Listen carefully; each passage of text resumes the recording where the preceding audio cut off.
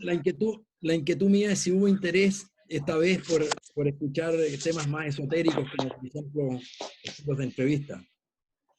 Tenemos Ah, 70 personas sí, conectadas, Ulala. así que muy bien, y muchas gracias a todas las personas que se conectan. Y efectivamente el tema era más esotérico, como dice José, o el título era más bien, a lo mejor un poco críptico. ¿Ah?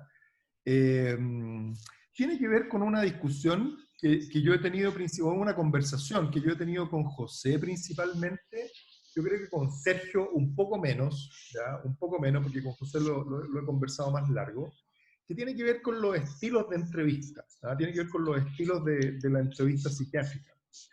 Y con ello, o sea, tenemos que dar por entendido algunas cosas, digamos. Tenemos que dar por entendido de que la entrevista psiquiátrica tiene varias partes y que tiene motivo de consulta, la historia actual, el desarrollo y los antecedentes familiares y también los mórbidos, también la revisión por sistemas, que sería el ver descartar toda la patología psiquiátrica que viene junto a eso, el examen mental, y que debe terminar con una planificación, una hipótesis diagnóstica terapéutica, ¿ah? En lo que se llama la formulación diagnóstica en algunas partes, digamos. pero vale la pena hacer una aclaración acá. Estamos hablando de la historia, de la entrevista psiquiátrica diagnóstica de admisión, ¿no? Claro, Porque, claro, Formulación inicial. la formulación claro, inicial, exacto. pero que también tiene que ver con los estilos, y ahí voy, con que estamos de acuerdo que la historia clínica tiene ese formato. Estamos de acuerdo también de que dependiendo del setting, probablemente hay estilos distintos, y hay marcos teóricos distintos. O sea, evidentemente es distinto lo que hace un psicoterapeuta que pueda ser psicoanalítico versus un psicoterapeuta o uno haciendo una intervención, por ejemplo, en el caso de drogas o en el caso de un trastorno alimentario, ¿ya? Puede haber en ese sentido setting distinto. Pero estamos hablando de los estilos, y en ese sentido, perdonen a lo mejor lo autorreferente, pero los, los tres, Sergio, José y yo, nos dedicamos a los trastornos del ánimo, entrevistamos pacientes con trastornos del ánimo, hacemos, se supone que más o menos los mismos. Sin embargo, los tres tenemos estilos de entrevista que son distintos, o sea, intentando hacer lo mismo, ¿ya? Motivo de consulta, historia actual, etcétera, etcétera, tenemos sesgos distintos. Y creo yo que es interesante plantear en una discusión abierta cuáles son esas variantes de la entrevista y tratar de explicitarla, digamos, porque no necesariamente es algo que sea evidente. Entonces, para eso, quería que José nos presentara un caso en la forma en que lo hace, que es una forma particular, y que a partir de eso pudiéramos conversar. ¿Te parece, José? Me parece, No pero sé si Sergio tenga algo que agregar a la intro. No, No, ya. no. Lo único que yo sí agregaría es que de lo que vayamos a hablar, eh, visto desde un punto epistemológico, hay que estar claro de que la entrevista psiquiátrica está totalmente desactualizada, es decir, es anacrónica. Estamos con un set de herramientas clínicas que están totalmente desacompasados de no solo de los instrumentos terapéuticos que tenemos, sino también de los avances de la neurociencia general. Es decir, la clínica psiquiátrica pregunta por lo mismo que preguntaba en 1900, mientras las neurociencias no existían en 1900. Entonces, hay que decirlo, después es lo que Pero eso, hay. pero Y eso es dentro de parte del, pero eso es parte del sesgo de Strehilevich, que lo vamos a dejar para la bueno, discusión. ok. Ya, José. o sea, Strehilevich nos cambiaría ya por una una máquina buena para learn, ¿ah? Que escuche al paciente y saque conclusiones mucho más agudas que las que podemos sacar nosotros. Son bromas. Pero algo de eso hay, Bueno, ¿no? algo de eso hay. Algo de eso. Sí, Ya. claro. Bueno, yo te había pedido permiso para compartir algunas ideas antes de mostrar el caso. ¿Está bien eso, Danilo? Como quieras. ¿Prefiere que no usted? No, No, yo no, creo que no. La pantalla es suya. ¿Estoy compartiendo en estos momentos? Sí, está compartiendo. Ya. Muy bien, ahí está lo formal, por lo que decía Danilo. Yo sostendría que a lo mejor un poco como para llevarle la contra a Sergio, yo, yo sostendría de que el protocolo de lo que es una evaluación psiquiátrica inicial lo conocemos todos, seguramente, no sé si lo aplicamos todos, pero lo conocimos cuando nos entrenaron como psiquiatras. Y yo sostendría de que dos personas, dos doctores que apliquen todo este protocolo en forma rigurosa, me refiero a haber detenido, haberse detenido y haber ocupado tiempo razonable en cada uno de estos ítems, pueden llegar a resultados extremadamente disímiles. Yo sostendría de que cumpliendo con el protocolo uno puede llegar a hacer un pésimo trabajo de lo que es la dilucidación de la psicopatología esencial de un paciente que nos consulta por primera vez. Y por lo tanto, la formalidad y el protocolo, más o menos. Lo que yo hago en general, y voy a compartir algo que puede no estar refrendado adecuadamente, que pudiera no estar documentado como que eso es correcto de hacer o no, pero uno desarrolla un estilo, porque hablábamos de estilo, que lo desarrolla con el tiempo, lo desarrolla un poco solo. Yo voy a hablar de lo que en los últimos 35 años casi dedicado al tema del ánimo, se ha ido como cuajando, plasmando en mi estilo. Eh, yo pienso que efectivamente lo que ocurra en la entrevista clínica va a ser esencial, no necesariamente en la primera, cuando yo digo evaluación psiquiátrica inicial, no es la primera sesión necesariamente. Yo doy por hecho de que con el paciente voy a tener que tener un grupo de rounds, unos 2, 3 rounds de encuentro en los cuales vamos a lograr concluir con la tarea de la evaluación inicial. La evaluación inicial es larga. Yo hoy por hoy, eso como insisto, uno va evolucionando a través de los años, hoy por hoy nunca logro demorarme menos de 1 hora y media a lo mejor con un paciente cuando lo veo por primera vez. Me puedo dar ese lujo, lo estoy hablando en mi consulta privada, pero por algo uno termina demorándose cada vez más, ¿no? Recordemos que en las instituciones de repente hay media hora o menos también para una evaluación inicial, y obviamente que lo que vamos a hablar hoy día no se aplica mucho a la práctica clínica demoledora de carne, ¿no es cierto?, en una institución que hay que ver pacientes cada 15 minutos. En mi estilo, yo considero fundamental que el paciente se instale y uno lo ponga muy cómodo, lo relaje, por decirlo así, antes de empezar, porque lo que viene a continuación va a ser una travesía compleja, larga, cansadora. Entonces, propongo que se cuiden las asimetrías, que estemos cómodos porque la fatiga, si no, va a intervenir, y que sepamos y preparemos al paciente para la idea de que va a haber mucha autorrevelación, mucha exposición, y que por lo mismo la dignidad del paciente tiene que estar resguardada en todo momento, porque recordemos que él en ese momento le va a hablar a un completo y absoluto extraño, que no es lo mismo cuando uno ya tiene un vínculo con el paciente. Yo creo que sí es importante en esa entrevista, y todo esto para mí forma parte del estilo, por eso lo comparto acá, aunque parezcan cosas de perogrullo. Para mí forma parte del estilo advertirle al paciente de qué se trata lo que vamos a hacer. La mayoría de la gente que llega por primera vez a un psiquiatra no tiene idea lo que va a ocurrir ahí, y a veces tenemos la torpeza de no explicarlo antes de. Es bueno decir de qué se trata, cuánto va a durar, más o menos qué cosas van a ocurrir ahí, que no va a ser breve, que va a ocurrir en más de una sesión. Y yo les digo, porque ese es mi estilo, de que definitivamente, como veo casi fundamentalmente pacientes con trastorno anímico, va a incluir un informante colateral en algún momento del proceso. Eso lo dejo establecido a priori.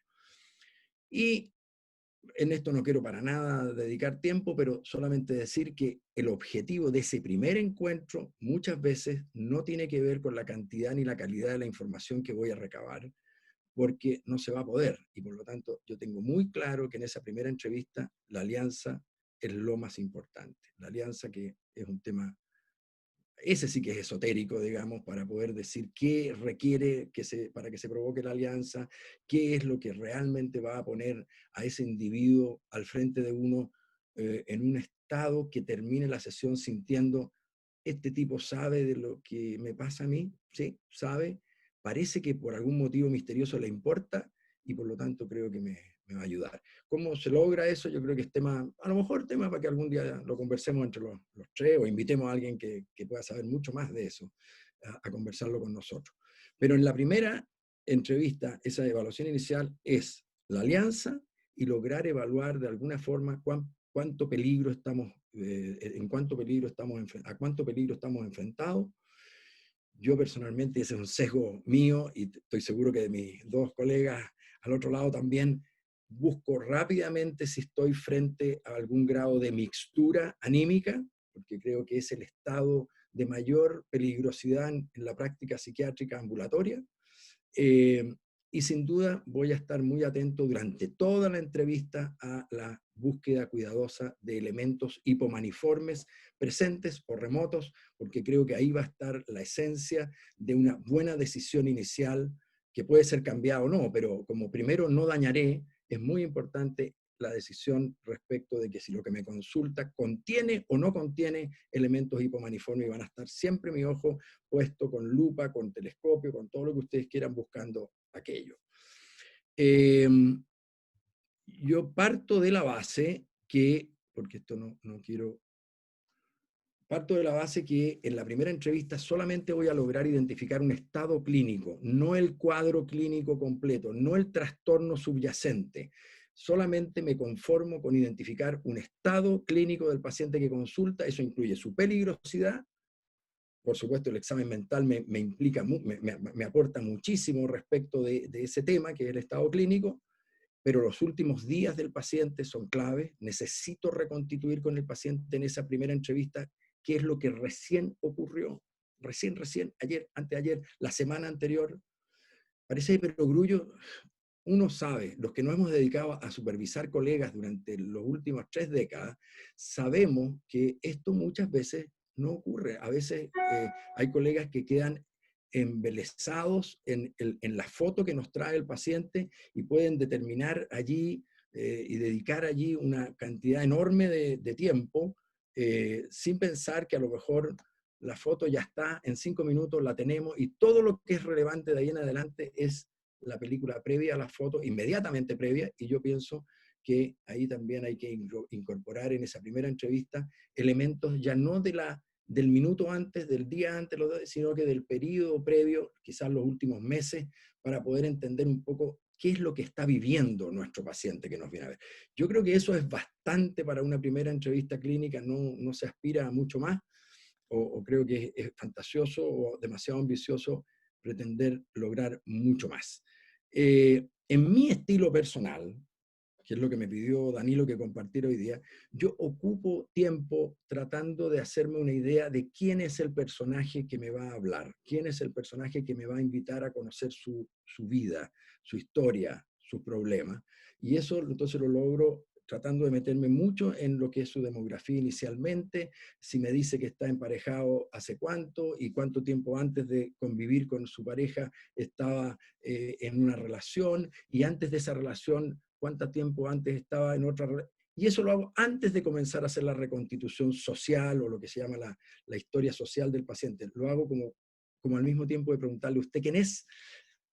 Le pregunto qué edad tiene, con quién vive, con quién tiene un vínculo, qué hace, y qué hace ahora, y qué hacía un poco antes, y qué hacía un poco antes también. Eso es como para decir, ¿con quién me voy a sentar a conversar y a tomar este café? Yo sí ocupo, curiosamente, por eso estamos compartiendo nuestras rarezas, yo sí ocupo un tiempo de la primera evaluación con la genealogía rigurosa del paciente. Yo, en vez de preguntar, ¿hay antecedentes de, o hay personas con cuadros de tal tipo en tal lado de la familia? Yo lo que hago la genealogía, pongo padre, madre, hermano, o sea, tíos de los dos lados, abuelos, el paciente con sus paralelos, digamos, sus hermanos, a veces hay primos, y lo que hago es ir uno por uno, rápidamente, pidiéndole al paciente que hable una palabra de cada persona, porque creo que eso rinde psicopatología familiar, rinde información genética, y la pregunta al voleo, ¿hay o no hay antecedente? ¿O usted cree? No rinde nada. En mi experiencia rinde casi nada. Y después viene entonces lo que reconstituye mi estilo. Yo creo que si yo tuviera que definir mi estilo, diría, para mí, lo que yo hago es un intento obsesivo, a veces patológicamente obsesivo, por hacer una carta lineal de la vida. No digo mood chart, como dicen los gringos, ¿no es cierto? Carta anímica o carta del ánimo. No digo ni siquiera carta de vida, como life chart, o qué sé, sino que una carta lineal, lineal, ahí viene la obsesividad, de toda la vida de ese paciente. Yo siento que no conozco a mis pacientes mientras no haya hecho la reconstitución clínico, biográfica, con un sedazo anímico puesto en el ojo, ánimo sensible de la vida del paciente que comienza cuando nació y termina hoy día cuando me está consultando. Eso es lo que guía mi estilo. Eh, Algunos dirán, está súper fácil, puedo mañana empezar a hacerlo. No, porque efectivamente hay que primero creer que es fundamental, hay que creer que sirve para algo lo que uno terminó haciendo, y hay que desarrollar ciertas destrezas o metodología para poder efectivamente lograr con un paciente la reconstitución de la historia. La revisión de sistemas, por supuesto que es parte de esto, pero como yo tengo el sesgo de que el grueso de mis pacientes me consulta por algo en el ámbito de lo anímico, me enfoco mucho en ese aspecto. ¿No es cierto? A veces es sencillo, casi nunca tanto. ¿Y por qué? Porque, bueno, por esto, porque el paciente, como sabemos, tiene una patología que tiene un insight parcial y que es parte fundamental que nos explica por qué después de 30 años de infinitas cantidad de educación continua en el mundo de los psiquiatras y de los psicólogos, el error diagnóstico sigue siendo brutalmente grande. Yo creo que ya me pasé de tiempo. Quiero solamente compartir con ustedes un aspecto. Yo pienso que vamos a fallar casi siempre en la tarea fundamental, que es la capacidad de encontrar elementos hipomaniformes en la historia remota o incluso en el presente actual del paciente, porque no tenemos los instrumentos no tenemos el amperímetro que mida la corriente, digamos, que el paciente ha tenido a través de la historia, y tenemos un solo herramienta para hacer esta reconstitución, que para mí es la evaluación y rige mi estilo, que es la memoria. La memoria que a veces es podrida de mala en el paciente, a veces es podrida de mala en el paciente y en los acompañantes del paciente o informantes colaterales, y que aunque sea buena como memoria, así coloquialmente hablado, sigue siendo mala para la reconstitución de lo que a nosotros nos interesa, que es lo que decimos, ¿no es cierto? Los elementos de exaltación anímica. La memoria es falente, el espejo es completamente egosintónico y no tenemos amperímetro. Yo sostendría de que efectivamente, además de una amnesia temporal ánimo selectiva que tienen nuestros pacientes, que es que cuando están en un estado parecen poder recordar mucho mejor aquellas cosas que ocurrieron con esa atmósfera. O estoy deprimido, pienso que he estado deprimido toda la vida por eso mismo, porque diseco de la historia aquello que ocurrió a lo mejor estando más deprimido, y así también con las otras condiciones. Creo que también hay un daltonismo anímico, es decir, el paciente no tiene la capacidad habitualmente de ver el color correcto que uno le está mostrando o el color correcto que está frente a él. Es decir, cuando yo le muestro una imagen que claramente lo describe hipomaníaco antes de la depresión por la cual está consultando hoy día, ese paciente mira la imagen que es roja y no logra ver el rojo. Y dice, no, sí, yo entiendo que se pueda ver como sí, pero sabe, doctor, la tristeza yo la tenía adentro. Entonces, ¿qué ocurre? Hay daltonismo anímico. Hay una suerte de ceguera para los colores del ánimo que hayan ocurrido en una tonalidad tan opuesta a la que el paciente consulta.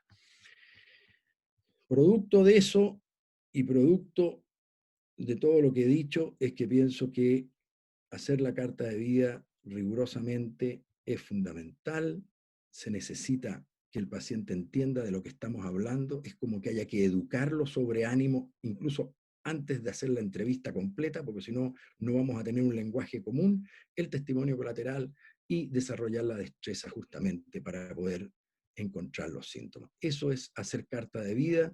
Yo pienso que la carta de vida en psiquiatría, voy a ir un poco más allá, en lo que es la evaluación de un paciente psiquiátrico, por lo tanto, potencialmente con un trastorno anímico, que es una causa de consulta muy prevalente, la carta de vida o la reconstitución biográfico-clínica es la única manera, es como la coronariografía en la enfermedad coronaria, es la única manera de conocer en detalle. ¿Por qué? Porque creemos que la vida es como un rafting. A ver si se logra ver esto, Danilo. Es como un rafting y entonces la gente pasa por el rafting, pero tiene mesetas y tiene rápidos, y nosotros necesitamos, para saber qué tiene el paciente, qué enfermedad tiene y cómo hay que ayudarlo a transitar este periodo, hay que saber cómo lo logró hacer antes cuando hubo otros rápidos en el rafting de su vida. También en las mesetas, pero el rafting es fundamental. El problema con esto es que el paciente tiene una memoria defectuosa, todos los cuadros están guardados más o menos en una bolsa, no hay una secuencia temporal bien guardada en la memoria del paciente y por lo tanto en una hora de entrevista pretender que me cuente las cosas como realmente ocurrieron es casi una quimera. Entonces, la técnica o la manera en que yo abordo la entrevista lo que pretende es corregir este fenómeno, la velocidad a la que el paciente cuenta su historia, el bulto que arma con sus periodos de la vida en donde la pasó bien, mal, etc., los amarra de una cierta forma que muchas veces no nos van a permitir ver lo que tenemos que ver, que es justamente cómo ocurrieron las cosas realmente. Por eso la temporalidad de lo que ocurrió a mí me parece fundamental, y por eso que al paciente que me acaba de contar cómo la pasó mal en diferentes etapas de su vida, yo le pido que por favor lo haga más cuidadosamente, que lo haga más lento, que me permita mirar de cerca a lo mejor cómo fue aquello. El paciente me dice, no, yo me deprimí cuando me separé, ¿no? Y estuve deprimido.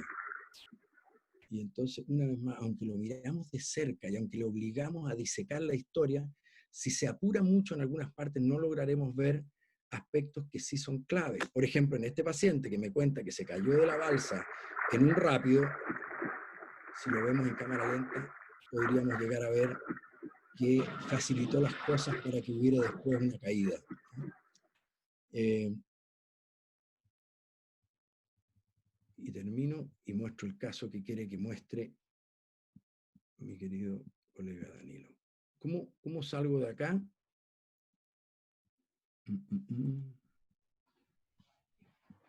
¿Dejé de compartir ahí? No, está compartiendo. ¿Ahora sí dejé de compartir? Sí, y ahora tiene que compartir. No, tenés que poner así. Y ahora tiene que compartir el caso. ¿Y dónde? Perdóneme, parece que me extendí más de la cuenta. Sí. Bueno, pero eso era como programado, o sea, era anticipable con Bitran. Sí, no logro que me muestre mis desktop. Ahí lo tendría que mostrar. Sí, si están ahí, tiene abierto las fotos, ¿no es cierto? Sí. Ah, no, aquí puedo verla. Aquí puedo verla, ya está. Ahí, ¿se ve? Sí, sí se ve. Bueno, ese es un ejemplo,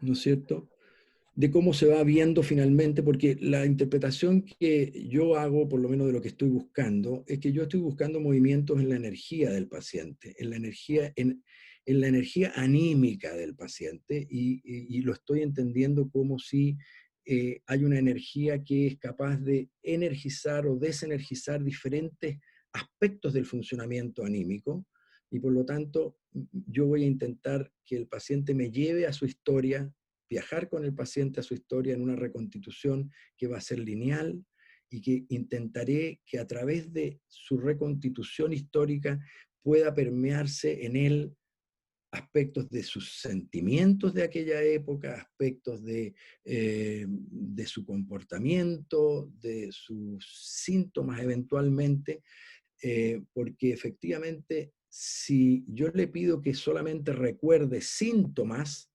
sin un sustrato biográfico, pienso que ahí va a quedar el 90% de la información en la bolsa. Nunca tendríamos acceso a. Entonces, en mi impresión es que es necesario llevar al paciente, viajar con el paciente a su historia, a su trayectoria, al rafting desde que se tiró arriba de la montaña, ¿no es cierto? Y ir acompañándolo para que entonces vaya él pudiendo, insisto, y pero obviamente con muchas preguntas, ir logrando desentrañar cómo era su estado a cada momento de su vida. Obvio que no es perfecto, obvio que hay pacientes que dicen yo entre los 10 y los 25 no me acuerdo de nada, por supuesto, y ahí es que uno tiene que...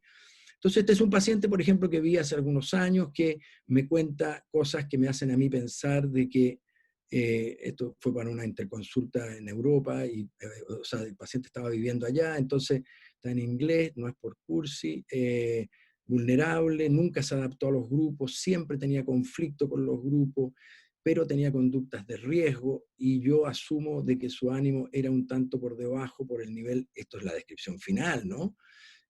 Aquí hay un divorcio de sus padres, él me describe aspectos que son claramente consecuentes con un estado de depresión infantil. Eh, Antes se vivía en un matrimonio muy disfuncional, obviamente había aspectos de carácter y de ánimo en sus padres. Después de la separación hay un periodo que yo lo leo a través de mi reconstitución como que se convirtió en alguien muy sensible, lo llevaron a 1000 terapias, su madre estaba muy deprimida, los psiquiatras de su madre también le dieron antidepresivos en alguna época, vio a varios doctores, pero aquí había síntomas difíciles de precisar en un muchacho de 10, 11, 12 años, y por eso lo pongo así. Hay elementos como depresivo y elementos que parecen más bien de disforia y de descontrol, hasta que aproximadamente en el colegio siento yo que hace una depresión mayor y la califico como moderada al menos. Aquí hay un año entero depresivo leve, hasta que hace una depresión mayor eh, eh, a, los, eh, a los 16 años.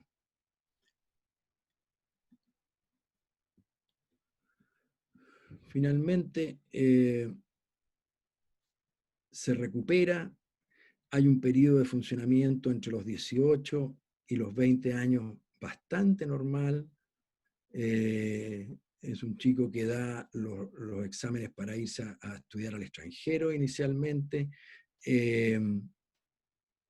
y hace un periodo de aculturación al país a donde llega, muy negativo, se deprime y pasa aproximadamente un año y medio deprimido.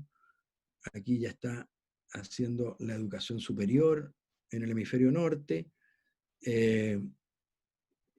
A propósito, aquí hay una hipomanía muy leve que probablemente pasaría completamente inadvertida, a no ser que efectivamente lo hice hablarme de ese segundo año de college, y cómo era, y cómo eran sus amistades, y cuántas amistades. Fue una época más sociable, más impulsiva, menos impulsiva. Todo eso tiene que salir a colación, pero en la deconstrucción histórico-temporal longitudinal, si no, no me hubiera enterado, bueno, recuerdo este caso, por eso se lo digo, no me hubiera enterado para nada que aquí hubo un cambio respecto del funcionamiento previo, por lo menos de los años previos. En realidad, este fue un cambio en el nivel de extroversión y en el nivel de creatividad, históricamente nunca antes visto en su vida, ¿no? Bueno, aquí ya se va perfilando la vida del paciente, porque después de eso hace una depresión severa, bastante grave, moderada, severa. Y, y yo lo veo por primera vez aquí, en este momento en que está hace 3 años atrás, en un episodio bastante leve de todo. Hay síntomas que a mí me parecen relativamente mixtos, me parece que tiene elementos exaltatorios muy leves, tiene elementos depresivos muy leves, en realidad lo que hay es un antecedente de un par de depresiones y punto. Sin embargo, dado que en la evaluación que yo hice a mí me parece que esto era incuestionable, es que asumo que esto en realidad es un estado de mixtura moderado y hago mis recomendaciones. Este individuo vuelve al hemisferio norte, les tengo que contar que no siguió ningún tratamiento, no me tiró mucha bola en lo recomendado, y después yo lo vuelvo a ver acá, pero me entero de que estuvo bastante bien el segundo semestre de ese año, hasta que al año siguiente hace una manía etapa 3, psicótica, incuestionable, y debió estar hospitalizado por 10 días en el hemisferio norte. Fue bastante dramático todo esto porque efectivamente estaba sin su familia, sin su red de apoyo, sin su familia de origen, y tuvo que ser traído en condiciones muy complejas a Chile de vuelta, donde lo veo yo en ese. Bueno, eso es lo que yo podría compartir como estilo personal. Estamos bien. Ahí dejé de compartir, ¿no, Danilo? No has dejado de compartir. Tienes que apretar ahí el botón rojo arriba. Ah, perdón. Ok. Eso, ahí estamos. Ok. Ya, gracias José ahí por presentar. Por la breve presentación. Y es breve porque la verdad que tú podrías hablar muchísimo de esto, y además que bueno, uno conoce bien el modelo porque efectivamente yo estuve trabajando con Rodrigo Labarca, y yo me estuve supervisando con Rodrigo Labarca y aprendiendo esto, ¿ya? Que efectivamente requiere no solamente aprender una técnica, sino que también desarrollar esa habilidad para ir preguntando y responder al paciente en aquel lugar, y ya, y cuando estaba en la enseñanza básica, en cuarto básico, y qué es lo que iba pasando, y cuando había separación, y cuando el paciente se enfrentó, no sé, al bullying, o cuando ocurrió tal cosa, venía lo siguiente, etcétera, etcétera, digamos, ¿ya? O sea, en ese sentido, tiene hartas complejidades. Ahora, ¿por qué hablar de los estilos? Y volviendo a la pregunta inicial, es porque esto que yo aprendí contigo, aprendí con Rodrigo Labarca a hacer, no es lo mismo que la carta del ánimo, ¿verdad? No es lo mismo que la carta del ánimo que uno sabe que es un instrumento que se usa en el seguimiento de los pacientes con trastorno bipolar, porque las cartas del ánimo propiamente tal efectivamente están enfocadas al ánimo, ¿verdad? Y puede haber una técnica que se puede aprender de manera relativamente no simple, pero directa, por llamarlo de alguna forma. No es exactamente lo mismo. Lo que tú haces mezcla cosas. Primero es ecléctico, y por otro lado va situando biográficamente y cómo las personas se van adaptando a cada momento de la vida, o van atravesando cada momento de la vida de una cierta forma, y cómo reaccionan a eso, y si esas reacciones que tienen son aparentemente adaptativas, proporcionales, comprensibles, o si esas reacciones dejan de ser adaptativas y ya no son tan comprensibles, o efectivamente producen incapacidad y los síntomas que tienen. Y eso, como dices tú, es complejo porque requiere relato de terceros, y requiere que el paciente vuelva, y probablemente más de una vez, a aquellos momentos en los cuales uno puede tener duda, digamos, si había una hipomanía, si efectivamente fue una depresión, o si solamente fue algo adaptativo, o si era la angustia más la depresión. Y, por ejemplo, en un paciente que tiene una comorbilidad con un déficit atencional, es decir, un paciente que efectivamente desarrolla un estilo cognitivo peculiar en el desarrollo desde muy temprano, cómo esa persona con un déficit atencional se enfrenta a los distintos estresores y eventualmente puede tener un ánimo particular. Y ahí uno ve la mezcla, digamos, la mezcla de cómo una persona ahora ya con otra característica, con otra cualidad, como puede ser un déficit atencional, responda a estos estresores, y cuando las cosas se escapan más allá de lo que le podría ocurrir a una persona con déficit atencional, ¿ya? Lo mismo si la persona tiene un trastorno ansioso, y efectivamente, ¿qué es lo que pasa? Esta persona, mira, siempre fue ansiosa, y cuando llegó a séptimo, octavo básico le costaba disertar frente a sus compañeros, o empezó a tener otro tipo de angustia, o empezó a preocuparse demasiado, pero aquí, en tercero medio, hubo que sacarlo del colegio. Y hubo que sacarlo del colegio en relación a que, no sé, como decías tú ahí, se separaron los padres, hubo bullying, o hubo algún otro tipo de estresor, o no hubo nada, y de pronto empezó a caer el funcionamiento, de pronto empezó a dormir mal, de pronto empezó el ánimo, la angustia a hacerse distintos. ¿Ah? Entonces, quería precisar eso, José, precisar que efectivamente es un instrumento longitudinal que es ecléctico en el sentido de que no es solamente la mirada fenomenológica del fenómeno anímico, sino que por otro lado es muy, podríamos llamarlo psicosocial, ¿ah? En términos de cómo los Da- distintos momentos de la vida influyen y la Danilo, persona reacciona, digamos.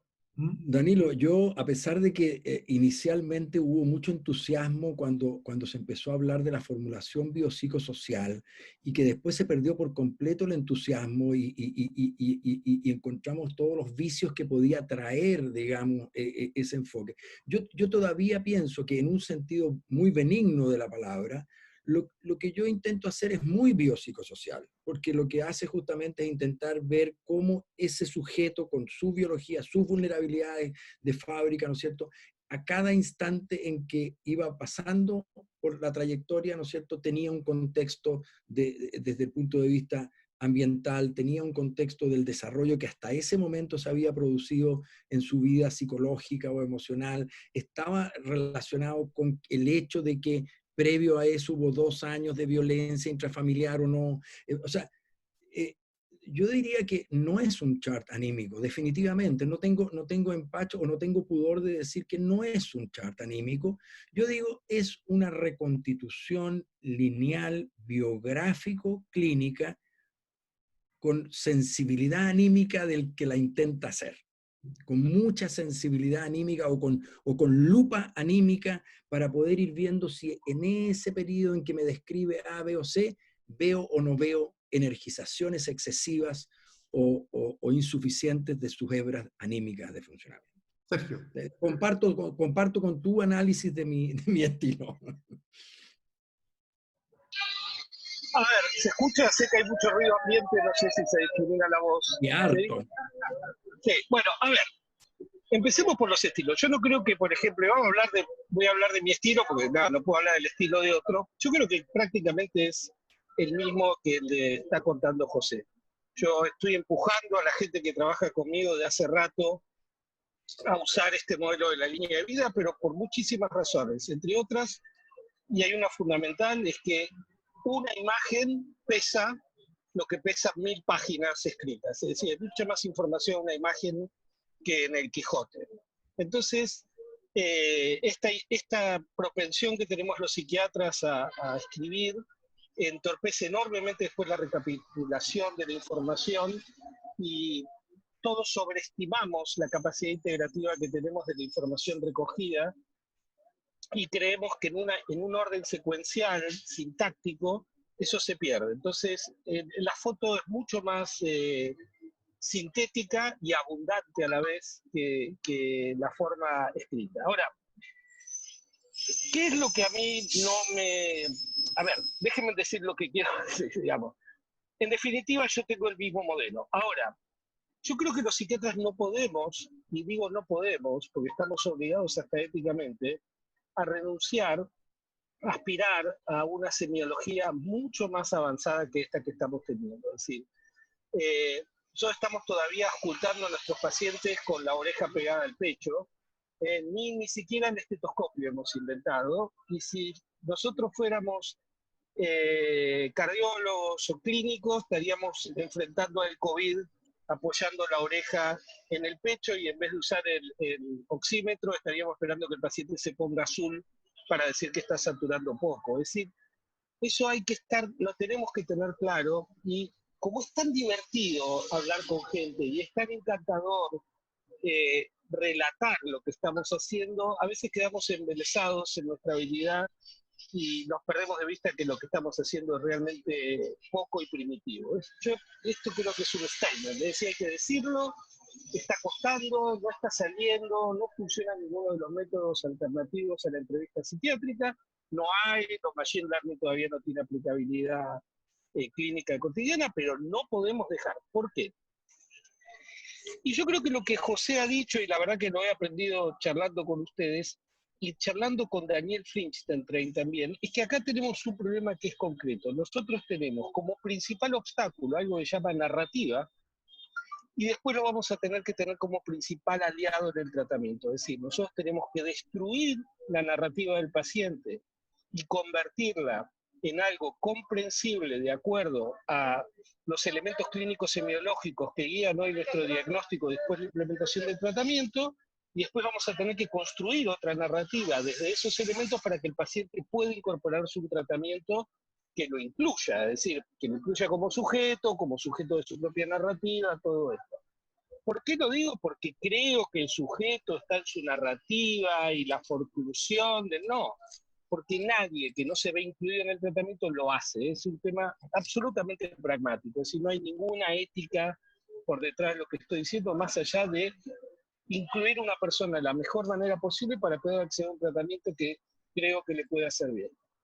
Ahora, en este problema de la narrativa está que también está la narrativa del propio psiquiatra, del propio médico. Entonces, no tenemos que perder de vista que al final hacemos un ejercicio de reducción de la narrativa a un sujeto a ser comprendida por nuestra propia narrativa de los fenómenos que examinamos, y todo esto hay unos problemas de codificación en donde hay información que se está perdiendo o se está adulterando, por decirlo de alguna manera. Entonces, yo digo, y esto hay que saberlo, no digo que lo podamos superar, pero lo que digo es que no puedo hacerlo sin saber lo que estoy haciendo. Yo estoy haciendo eso, es decir, estoy reduciendo fenómenos. Entonces, hoy hablamos de energía, y yo coincido, esto lo venimos charlando con José, hoy es mejor hablar de energía, como vos contabas recién en el caso, que de humor. Hace pocos años atrás hablábamos de humor. Humor, lo que vos mostrabas en el caso es esto, ¿no? Y ya los que hacemos trastorno bipolar estamos hablando más de ánimo, energía, que de trastornos del humor. Es decir, hay gente que está bien de humor y no se puede parar de la cama, y esto parece que está primero.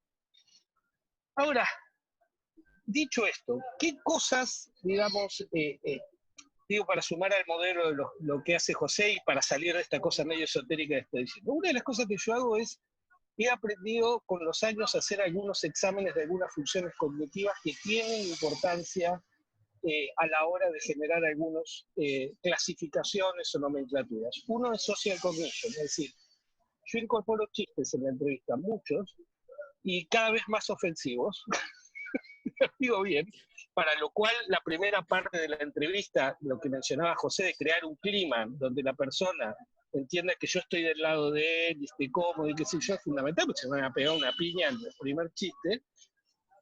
¿Por qué? Bueno, porque tengo que saber con quién estoy hablando, y no digo con quién en términos de sujeto, sino en su capacidad de metacognición, porque, ¿cómo se llama? No, esto primero que cambia después toda la perspectiva del tratamiento, pero también ajusta cómo le voy a contar las cosas. Si la persona tiene poca capacidad de metacognición, voy a tener que bajar las hipérboles, voy a tener que bajar las analogías, voy a tener que bajar las abstracciones. Entonces Concretito. eso es importante. Bueno. Concretito me voy a tener. Que me voy a tener que poner concretito.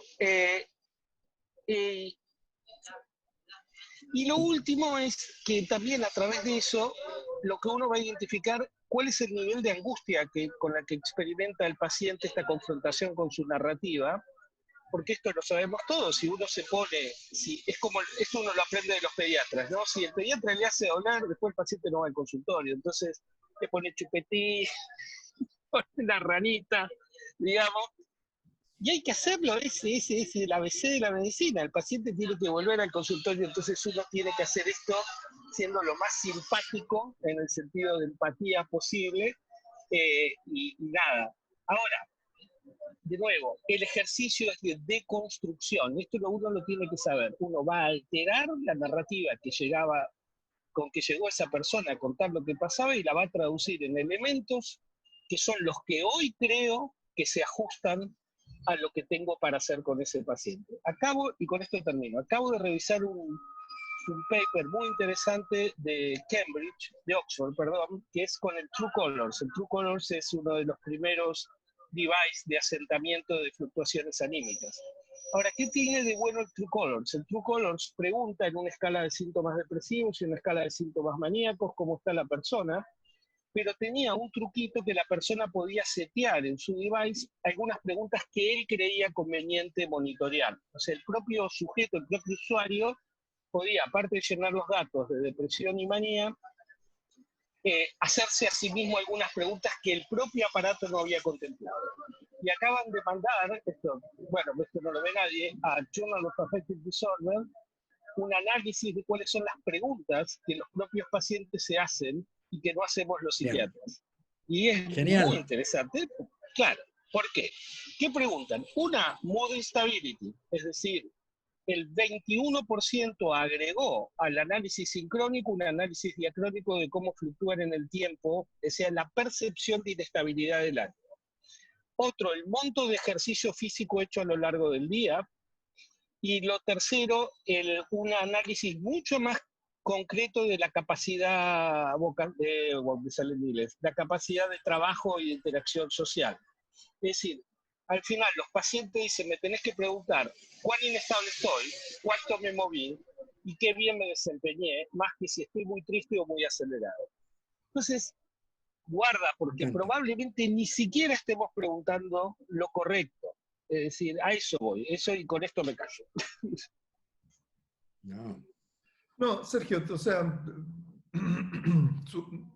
muy interesante, digamos, como decía yo al principio,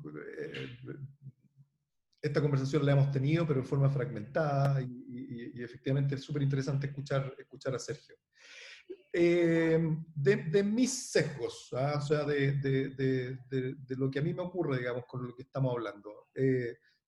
A ver, de nuevo, adhiero completamente a lo que hace José, en el sentido de hecho, yo me formé haciendo eso con José y con Rodrigo Labarca, adheriendo a lo que hace Sergio, y en ese sentido yo conozco a Sergio ya hace varios años, digamos, hice el énfasis también en cognición y en cognición social, que es el otro concepto, digamos, que uno puede ir incorporando, porque es como hacer un examen, y es algo que se puede también ir puliendo, y en ese sentido se puede ir haciendo en la entrevista y se puede solicitar también. También se le pueden pedir exámenes, baterías neuropsicológicas sofisticadas, y también uno puede ir calibrándose qué es lo que uno encuentra, y si lo que encuentra la batería neuropsicológica, donde se evalúa cognición social o funciones ejecutivas, etcétera, si aparece algo concordante con ello. Creo yo que uno puede ir sofisticando esa mirada.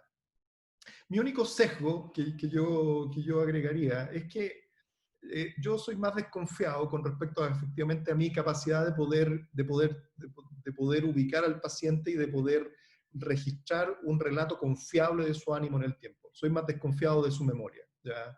Soy más desconfiado de su memoria. Y mi otro sesgo es pensar de que cuando un paciente consulta, habitualmente consulta por algo que le ha ocurrido en otras circunstancias, ¿ya? Es decir, algo que nunca le había ocurrido, que le ocurre ahora y que después no le va a ocurrir más. Es un accidente, ¿ya? Pero una patología o una condición psiquiátrica no es solo un accidente, sino que es algo que ocurre, ya sea recurrentemente o se instala en Pero el... discúlpame, Danilo, te interrumpo, disculpa la grosería, pero vos coincidís que uno desconfía de la capacidad del paciente de recoger retrospectivamente sus datos, pero uno no puede desconfiar de su narrativa, que es lo que yo aprendí con José, porque eso es dejarlo afuera de la escena, digamos, y no, ahí uno se queda sin persona.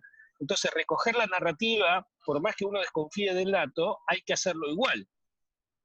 Absolutamente, sí, en ese sentido partimos de ese supuesto, digamos, de que la historia tiene que contener una reconstrucción a lo largo de la vida, digamos, ¿ya? Y que uno lo puede llamar la historia del desarrollo, o uno lo puede llamar la historia vital, o la carta del ánimo, etcétera, etcétera. Sí, en ese sentido tiene que ser así. Pero, de nuevo, ¿dónde está el sesgo? Mi sesgo personal tiene que ver con que lo que mejor uno puede reconstruir, y en ese sentido lo que mejor uno puede hacer es ver qué es lo que tiene el paciente ahora, ¿ya? Porque eso lo va a contar el uno. Primero, el paciente tiene mejor memoria de lo que le pasa ahora, de lo que le ocurrió la última semana, de lo que le ocurrió hace 20 años atrás. Segundo, el paciente lo puede contar y yo lo puedo ver en tiempo real, ¿no? Si efectivamente lo que me está contando yo lo puedo preguntar de otra manera y efectivamente lo puedo ir corroborando de una manera más de nuevo, en tiempo real, así, delante de mis ojos, ¿ya? Y creo yo de que habitualmente uno no se lleva muchas sorpresas. Puede ser que esto sea tautológico, porque uno encuentra lo que quiere ver, digamos. Pero en general, cuando uno hace eso, efectivamente, cuando va a mirar hacia atrás, más o menos se encuentra cosas semejantes. Raya para la suma, ¿y de dónde viene esta práctica? En mi práctica, la incorporación de entrevistas psiquiátricas estructuradas. Para ser muy concreto, la incorporación del uso del mini, de la entrevista psiquiátrica de Sheehan, en forma regular. En otra época yo participaba en estudios clínicos, entonces pasé minis, sí, uno y otro y otro y otro. Y la verdad que muchas veces era un trámite, pero muchas veces era sorpresivo, ¿verdad? Pacientes que yo creía que tenían depresión y cuando le hago la pregunta correcta, el paciente tiene ansiedad generalizada, no tiene depresión. Y que el rendimiento de una entrevista estructurada, bien preguntada, es bastante alto y probablemente incluso mejor que lo que hace uno, ¿ya? No quiero decir que eso pueda reemplazar lo que hace uno, pero quiere decir de que ahí hay una herramienta, ahí hay un instrumento que efectivamente uno lo puede potenciar. Lo puede potenciar porque efectivamente las preguntas están bien hechas, ¿ya? Y eso debiera ser parte de la revisión por sistema. O sea, yo le aconsejo a todo el mundo, si es que no lo ha hecho, que incorporen el mini en su práctica, porque van a aprender mucho cómo preguntar y van a aprender mucho de que efectivamente a veces uno cree que el paciente tiene tal cosa y el mini dice otra, y ahí uno tiene que ver quién tiene razón, porque puede ser que uno tenga razón y el mini se equivoca, pero si se equivoca, ¿por qué razón? Tengo que explicar eso, ¿ya? Ah, Ese es uno de mis secos, yo diría que el principal, de efectivamente invertir un porcentaje importante del tiempo en la historia actual, porque eso lo estoy viendo en tiempo real, y ese es un dato dentro de la historia muy duro, ¿ya? Sergio. No, no, solo para dar 110% de acuerdo. Y un ejercicio que yo hago sobre todo con los residentes que superviso, en situación de manía o hipomanía, les digo, ¿cuán grave pensás que es la manía? Ponémelo así en un punto, tanto. Hagamos la ION, que es una porquería la ION, pero es la que usamos. La escala de manía. En la escala de manía, perdón, la ION Money Rating Scale. Nunca la apreciación desnuda es tan adecuada como usando la ION. Es decir, dicen, no, está más o menos, resulta que está moderado grave. Está moderado, está grave gravísimo. Es decir, ¿por qué?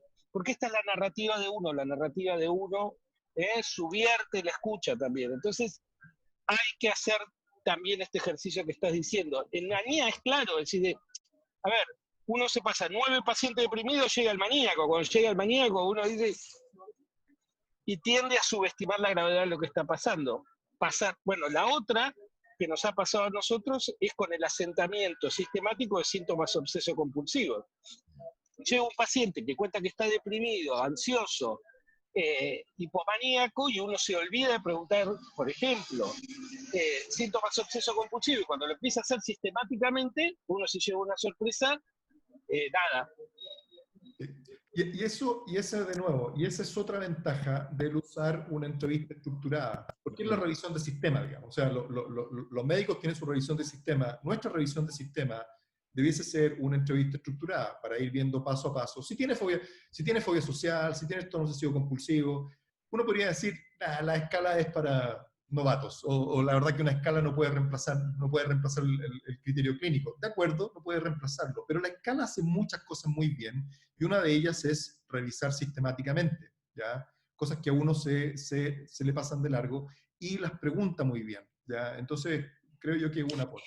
Yo pienso, Danilo, que nosotros debiéramos preguntarle a la gente que tiene la paciencia de acompañarnos cada viernes si realmente esto puede ser de interés, todo esto que estamos hablando, porque de verdad que pienso que casi cada palabra que vamos diciendo, uno de nosotros lo complementaría, lo rebatiría, y esto tiene tremenda implicancia, no solamente en la evaluación inicial, tiene implicancia en la manera en cómo hacemos psiquiatría, tiene relevancia en cómo monitorizamos prospectivamente a nuestros pacientes. O sea, creo que de lo que estamos hablando hoy día es de lo más esencial que define que alguien hace una psiquiatría efectiva o no efectiva.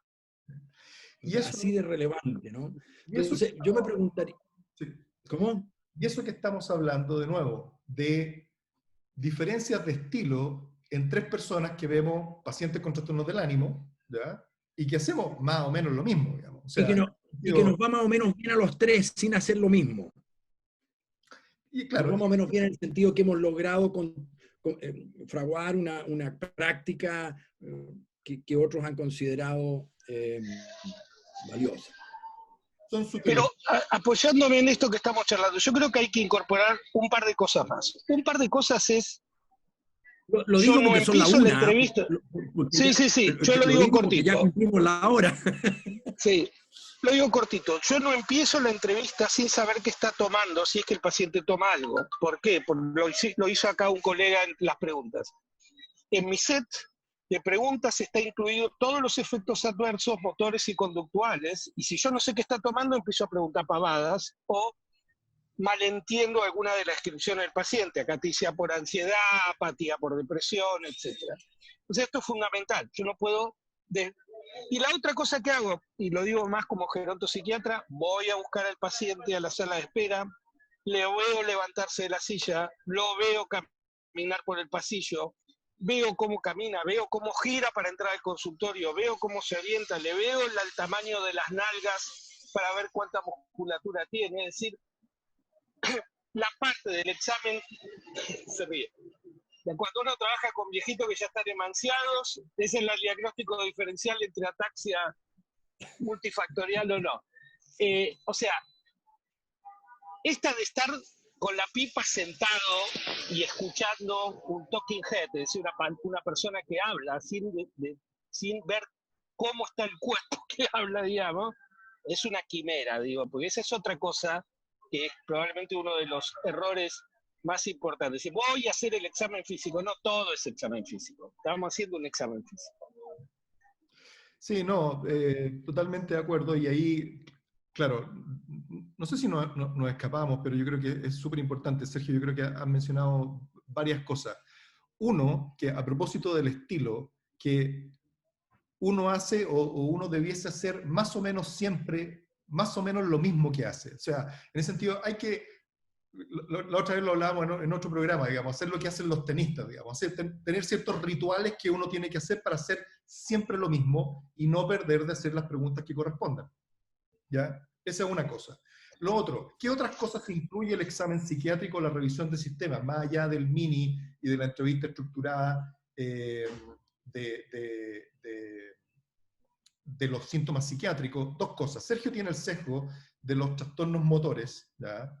De los trastornos motores, y es un sesgo que debiéramos tener todos los psiquiatras, porque los trastornos motores son parte de las manifestaciones de la patología psiquiátrica y neuropsiquiátrica. Esa es una. Y lo otro son los fenómenos psicosensoriales, ¿ya? Los pacientes con trastornos psiquiátricos tienen más síntomas, fenómenos psicosensoriales, y algunos tienen epilepsia, no tienen un trastorno psiquiátrico, tienen epilepsia. Entonces, la incorporación de los fenómenos psicosensoriales que muchas veces se escapan en nuestro... ¿Por qué la epilepsia no es psiquiátrica? Exacto. Voy a agregar una para terminar, ¿ya? Porque yo creo que de cada una de estas cosas podemos seguir hablando. Una para terminar, que es... hemos puesto énfasis en los síntomas y en la reconstitución de los síntomas, la reconstitución psicopatológica. Pero es tremendamente importante estar mirando el cuadro en su longitudinalidad, ¿ya? Y a lo mejor me voy a pasar en el tiempo, pero quiero dar un ejemplo, ¿ya? Muchas veces se da la situación de si esto es trastorno bipolar o esto es esquizofrenia, ¿ya? Ese todo el tiempo. Y está el comodín, esto es un trastorno esquizoafectivo, ¿ya? Pero eso es porque estamos mirando los síntomas, estamos mirando la psicosis junto con el ánimo, ¿ya? Pero los pacientes que tienen esquizofrenia tienen un curso muy particular, síntomas negativos, ¿ya? Y síntomas cognitivos, síntomas de la abolición y síntomas cognitivos. Y de hecho la esquizofrenia esencialmente consiste en eso, ¿ya?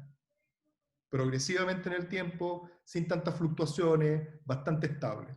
Y los pacientes con trastorno bipolar tienen episodios, uno y otro y otro.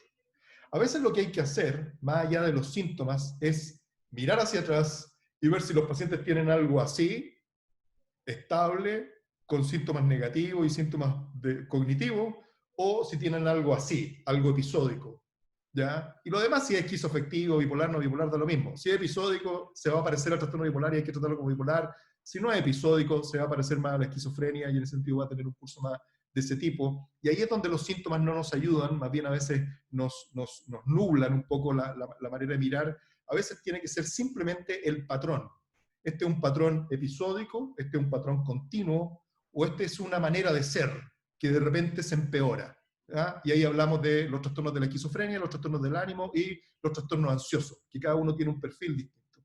Entonces, creo yo que tenemos mucho que desmenuzar esta conversación, porque estamos hablando solo de estilos, ni siquiera nos metimos en los paradigmas, ni siquiera nos metimos en los paradigmas de los trastornos, que son ya temas incluso más profundos todavía. Estamos hablando simplemente del estilo de una entrevista en gente que se dedica a los trastornos del ánimo. Me callo y me despido. Se calla y nos tenemos que callar todos, porque en verdad que nosotros nos podríamos quedar aquí conversando, por último peleando entre nosotros, pero bueno, nada, a mí sí me interesa mucho, voy a decir algo un poco localista, me interesa mucho escuchar mucho más a Danilo y a Sergio de lo que hemos hablado acá, digamos. Me gustaría que pudieran explayarse, incluso verlo como una manera amistosa, constructiva, de poder cuestionarnos. Yo creo que eso es algo que hacemos poco en nuestra disciplina. No nos sometemos al fuego amigo lo suficientemente contundente y verdadero como debiéramos. Porque sobre todo que No, pero tenemos una disciplina en donde hacemos lo que hacemos con extrema ausencia de las herramientas correctas y de los instrumentos correctos. Lo que hacemos es una aproximación a veces hasta burda de lo que se requeriría. Entonces, no someternos al fuego amigo que diga, sí, pero mira que lo que tú haces a mí me complica mucho, y no tanta buena onda entre nosotros, digamos, en el sentido de criticarnos para poder justamente ir permeando nuestra discusión también a los colegas que nos siguen.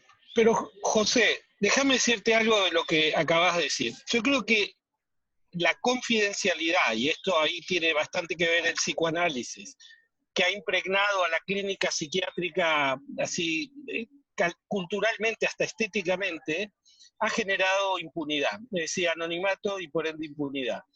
Ustedes tienen una institución de las pocas que conozco que tiene cámara Gesell, el espejo, es decir, que ustedes someten, ustedes se reúnen clínicamente una vez por semana, paciente a través del espejo.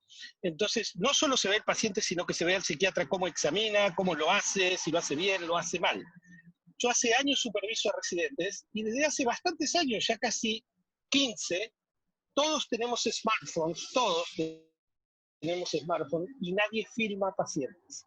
Y todavía me traen papelitos escritos en unas hojitas de qué es el paciente. Y yo digo, mira, en realidad vos, lo que yo tengo que supervisar es lo que vos me contás del paciente, pero yo podría verlo con muchísima facilidad. Lo filmás un rato, el fenómeno que te preocupa lo filmás.